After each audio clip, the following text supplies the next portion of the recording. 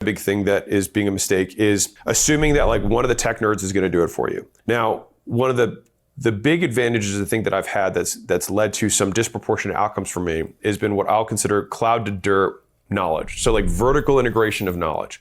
So being able to do the high level strategy, being able to handle the people stuff, communication, marketing, all the way down to the granularity of like, how do we connect this API to this other API? And the reason I think that cloud to dirt understanding of all systems within the business is valuable is because you're the only one who's going to understand what is possible.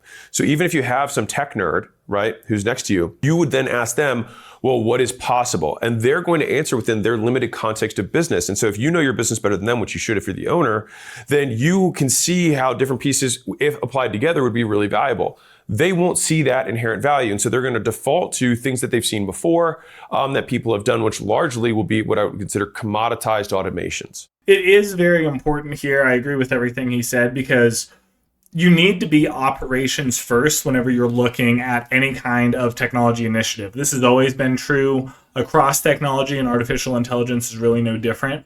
The primary thing, though, is if you are going to have somebody help you with this build, right? You don't necessarily need to do it all yourself. You don't need to be the person who's actually writing the code and making the API connections. It's good if you can do that, of course, but you don't need to be that person. You can hire that out, but you need to hire it out to somebody who is operations first, who is operations focused first, and then also understands the tech side. I know what we do here at Autonomy, which works very well, is we have people on staff who are primarily operators, and then we also have people on staff who are primarily technologists.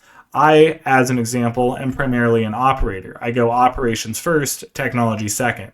I just know enough about the technology to be able to understand exactly what is required so I can communicate those things down to my developers. All of that said, if you are in a position to want to do artificial intelligence and you're looking at this whole thing where it just seems like an incredible amount of work, I do have another video that I've made on exactly this topic of how to find a proper artificial intelligence vendor, or how to thoroughly vet whether or not your team will be able to implement the tools that you are looking to implement.